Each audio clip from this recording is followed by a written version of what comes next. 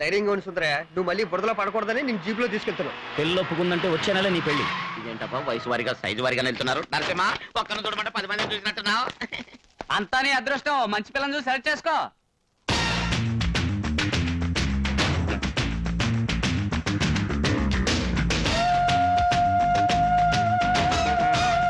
నీతో కొంచెం ఒంటరిగా మాట్లాడాలి.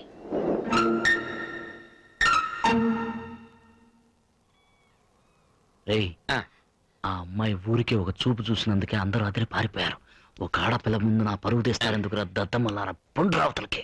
తను ప్రచోదకం కదా, నిన్ను ఒంటరిగా వదిలేయటం ఎలాగని ఆలోచిస్తున్నావు. దీనికి ఇంత అరుస్తామే? సరే వెళ్తాం రండిరా.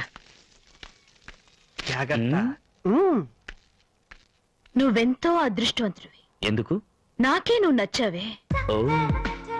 నా అందం చూసి, అంతస్తు చూసి, అర్హత చూసి ఎంతో మంది నీకన్నా చదువుకున్న వాళ్ళు, డబ్బున్న వాళ్ళు, అందగాళ్ళు నా కోసం వలవేసి చూశారు.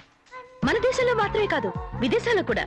కానీ వాళ్ళెవరూ నాకు నచ్చలేదు. బట్ నువ్వు నాకు నచ్చావు. నువ్వు అదృష్టవంతుడివే కదా. నా చిన్న వయసులో, నాకు సరిగ్గా ఊహ తెలియని వయసులో నీతో ఆడుకున్నానని చెప్పారు. పాత విషయాలు నాకు జ్ఞాపకం లేవు. కొత్త కొత్తగా లోకం మారుతున్నప్పుడు పాత విషయాలు పిచ్చి వాళ్ళ జ్ఞాపకం పెట్టుకుంటారు. అదేమిటో తెలీదు. నువ్వు పావును పట్టుకున్నప్పుడు నీ ధైర్యం నాకు నచ్చింది. దొంగసారాన్ని, పేకాటని నువ్వు అరికట్టినప్పుడు నీ ఆవేశం నాకు నచ్చింది. నువ్వు ఎద్దును లొంగ తీసినప్పుడు నీ సాహసం నాకు నచ్చింది. నా ఇంటికే వచ్చి నువ్వు నాకే అడ్వైస్ ఇచ్చినప్పుడు నీ మాటలు నాకు నచ్చాయి. అన్నిటినీ మించి నీ స్టైల్ నాకు బాగా నచ్చింది. ఇటువంటి 5 డిఫరెంట్ ఫేసెస్ నీకున్న 5 రూపాయలు చూసి నేను ఆనందించాను. నువ్వెంతో అదృష్టవంతుడివి. నాకు నచ్చిన విధంగా ఉన్నావు. I want everything best in my life. నా డ్రెస్, నా కార్, నా బంగ్లో, నా బెడ్రూమ్, అంతెందుకు నా ఇంట్లో కుక్క దగ్గర నుంచి నేను కట్టుకుపోయే మగాడు వరకు I want the best. You are one in the best. నీ వంటి ఒక మగాడిని పెళ్లి చేసుకుని నాకు పరిచయం ఉన్న నా సొసైటీ, నా ఫ్రెండ్స్ ముందు నుంచో పెట్టాలని నేను ఆశపడుతున్నాను. నీ చెల్లెలికి, నా అన్నయ్యకి జరగబోయే నిశ్చితార్థం రోజు మన అభిప్రాయం చెప్పు, ఓకే? నువ్వు సిగ్గుపడతావు, నేనే చెప్తాను. బాయ్.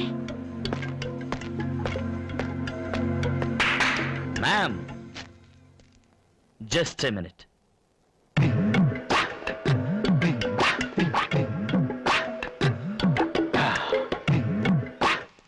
మీ ఇష్టాన్ని చెప్పారు, నా ఇష్టాన్ని వెళ్ళలేదు.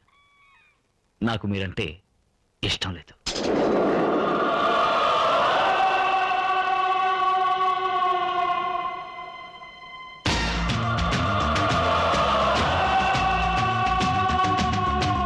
మీరు ఒక మగాడిని పెళ్లి చేసుకోవాలని ఆశపడుతున్నారు.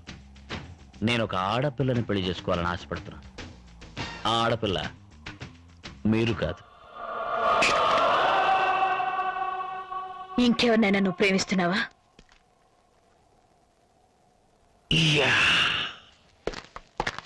నరసింహ, నా గురించి నీకు తెలీదు. ఈ నీలాంబరి అంత తేలిగ్గా దేని మీద ఆశపడదు. ఒకవేళ ఆశపడితే అది సాధించకుండా వదలదు. నిన్ను నేను దక్కించుకుని తీరుతాను. అంతవరకు నేను వదిలిపెట్టను. బేబీ, 5 రూపాయలు. నా 5 రూపాయలు చూశారన్నావుగా, నాకింకో రూపం ఉంది. 6 రూపాయలు. ఈ నరసింహుని ఉగ్రస్వరూపం. అది నువ్వు చూశావో తట్టుకోలేవు, అల్లాడిపోతావు. నా గురించి నీకు తెలీదు. నా దారి రహదారి, అడ్డం రాకు. వెయిట్. నీ మనసులో ఉన్న ఆ అమ్మాయి ఎవరో నేను తెలుసుకోవచ్చా?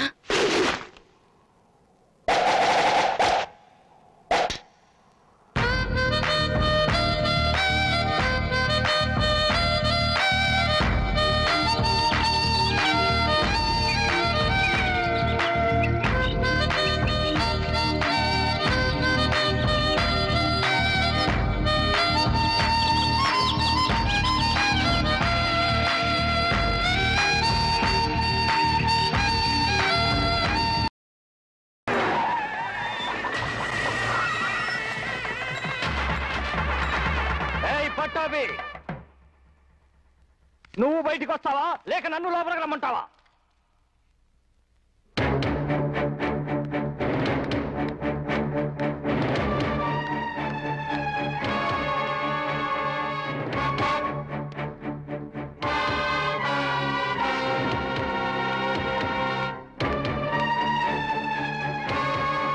ఏంటి మావయ్య, ఏమైంది? ఇక్కడ ఉన్నారేంటి? లోపలికి రండి. ఏయ్, నువ్వు ఊరుకోరా. ఇది నాకు మీ నాన్నకు సంబంధించిన సమస్య. సమస్యలు ఏమన్నా పెళ్ళైన తర్వాత మాట్లాడుకుందాం. ముందు మీరు లోపలికి రండి. ఏయ్, అసలు సమస్య ఈ పెళ్లిరా. ఏమిటి మీరు అనేది? అనేదే ఉందిరా. ఏయ్, ఇదిగో ఈ పత్రం చదివి మీ అన్నయ్యకి అర్థమయ్యేట్టు చెప్పు. బలరామయ్య గారి కుమారుడైన పట్టాభి అని నేను మహంకాళి చిన్నయ్య గారి ఏకైక పుత్రుడైన పుణ్యమూర్తికి నా కుమార్తెనిచ్చి పెళ్లి చేయడానికి సమ్మతిస్తున్నాను. ఇట్లు పట్టాభి. ఏమిటన్నది? మీరే రాసి సంతకం పెట్టించారు? అవును బాబు. ఎందుకని? కొన్ని సంవత్సరాల ముందు అనుకోని పరిస్థితుల్లో అలా రాసి సంతకం పెట్టాల్సి వచ్చింది బాబు. మాట తప్పటం మా వంశంలో లేదని కూసావు కదయ్యా. నీ కూతురు నా కొడుక్కిచ్చి చేస్తానన్నావా లేదా? అవునయ్యా అన్నాను. అప్పుడు నీ కొడుకు మంచివాడు, కానీ ఇప్పుడు నేరాలు ఘోరాలు చేసి జైలుకు వెళ్ళొచ్చాడు. అలాంటి వాడికి నా కూతురు నుంచి ఎలా పెళ్లి చేయమంటావు చెప్పు? ఏమిటి పిచ్చివాళ్ళలా మాట్లాడుతున్నారు? మేజర్ అయిన ఆడపిల్ల వివాహ నిర్ణయం తీసుకునే హక్కు ఆ పిల్లకి తప్ప ఇంకెవ్వరికీ ఉండదు. నువ్వేమో సంతకం పెట్టానంటున్నావు, ఆయనేమో తీసుకున్నానంటున్నారు. చట్ట ప్రకారం అది తప్పు. ఆపవయ్యా, నీ చట్టం గిట్టం టౌన్ లో పెట్టుకో. ఇక్కడ మాటే ముఖ్యం. నా కొడుక్కి తన కూతురికి పెళ్లి జరగాల్సిందే. మావయ్య, చిన్నవాడిని చెప్తున్నాను, తప్పుగా అనుకోకండి. మా నాన్నగారు తెలియని స్థితిలో ఏదో అలా రాసిచ్చారు. దాని కారణంగా శుభకార్యం జరుగుతుంటే ఇలా వచ్చి గొడవ చేయడం అంత మంచిది కాదు. మనసులో ఏం పెట్టుకోకుండా లోపలికి వచ్చి దంపతులను ఆశీర్వదించండి. నీతో ఏంట్రా మాటలో? అలా చూస్తే అక్కడ నుంచున్నారేరా. ఎల్లో పిల్లని ఈడ్చుకురండి. ఈడ్చుకుపోవడం నా చెల్లెలను ఎద్దో ముద్దో కాదు, ఇంటి మహాలక్ష్మి. పెద్దవాడివి కదా అని ఇంతవరకు మర్యాద ఇచ్చాను. మర్యాద కాపాడుకోవాలనుకుంటే లోపలికి వచ్చి అక్షంతలు వేసి ఆశీర్వదించండి. ఇంతకు మించి ఏమైనా గొడవ పెట్టుకున్నారో ఇంతవరకు నా నోరు మాట్లాడింది లేదా ఇది మాట్లాడుతుంది. తీసుకురండి.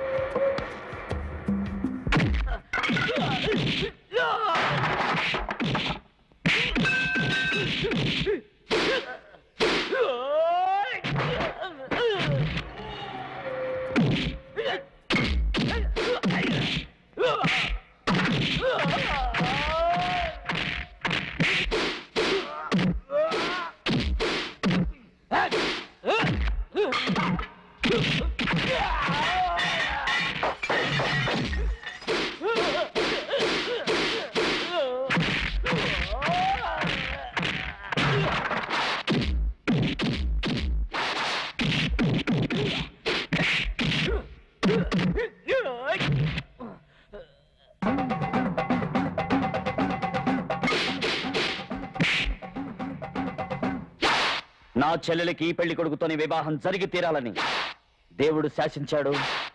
అరుణాచలం పాటిస్తాడు. సత్యం.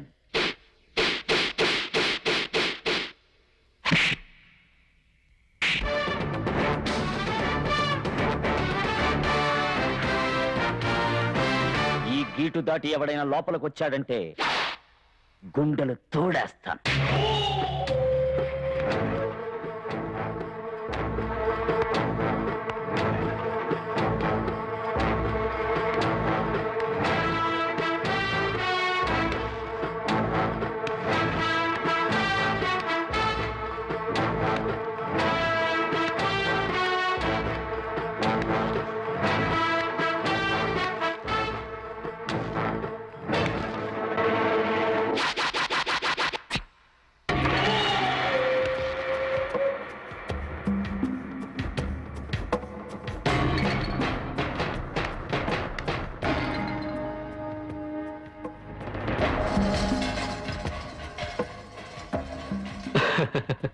గుర్తురాలా?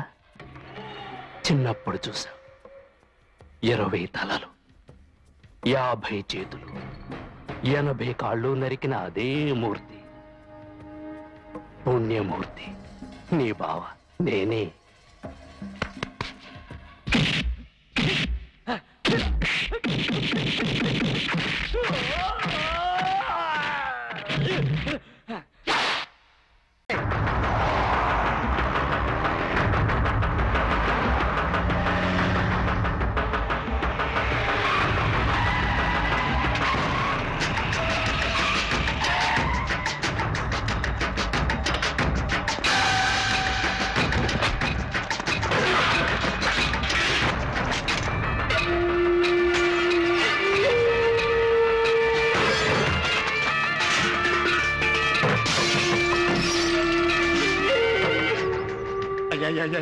అయ్యా మీ కాళ్ళు పట్టుకుంటున్నాను, ఆపించండి అయ్యా.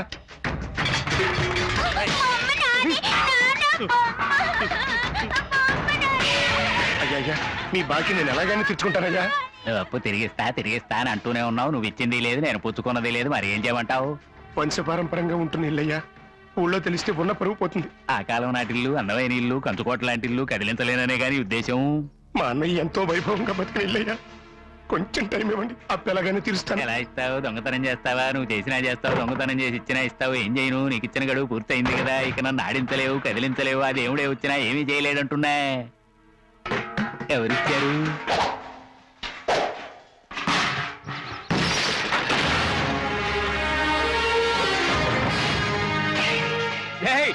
ఆపండి రా, అవన్నీ తీసి లోపల పెట్టండి. అమ్మ మీరు లోపలికి వెళ్ళండి అమ్మా. ఏం సార్ ఇది ముందే చెప్పుండొచ్చు కదా. నాకు దేశం అంతా మనుషులు ఉంటే ఆయనకి ప్రపంచం అంతా ఉన్నారు.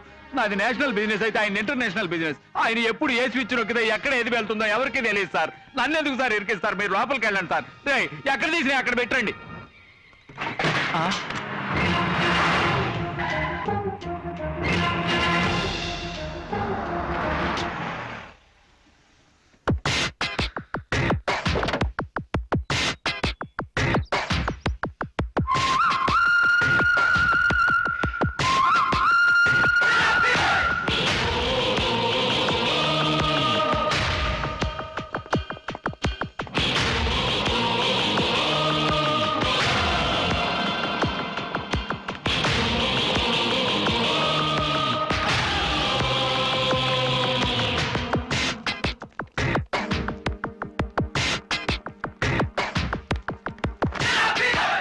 ఎక్కడికి వచ్చి గొడవ చేస్తున్నావు? ఇదెవరిల్లో తెలుసు కదా? తెలుసండి, మీకు వాళ్ళకి విరోధం అని మీరు తలదూర్చరని చెప్పారండి, అందుకని.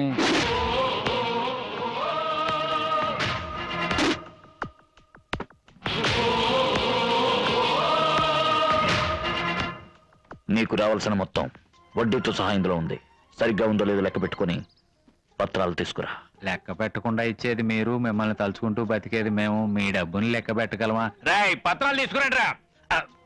అలవాటు దోషంతో అరిచాను, నన్ను క్షమించండి. మీరు వెళ్ళండి అయ్యా, నేను దగ్గరుండి సర్దిస్తాను. రాయ్, తేండి. ఎక్కడి నుంచి తీశారో అక్కడ పెట్టండి. అతిగా ఆశపడే మగవాడు, అతిగా ఆవేశపడే ఆడది సుఖపడినట్లు చరిత్రలో లేదు. ఇది నా తండ్రి పుట్టి పెరిగిన స్థలం. నాకు సంబంధించి ఇది ఒక దేవాలయం. ఇక ముందైనా జాగ్రత్తగా చూసుకోండి. ఇచ్చావుగా బాబు. అది ఇల్లు కాపాడటానికి, ఇది మిమ్మల్ని కాపాడుకోవడానికి.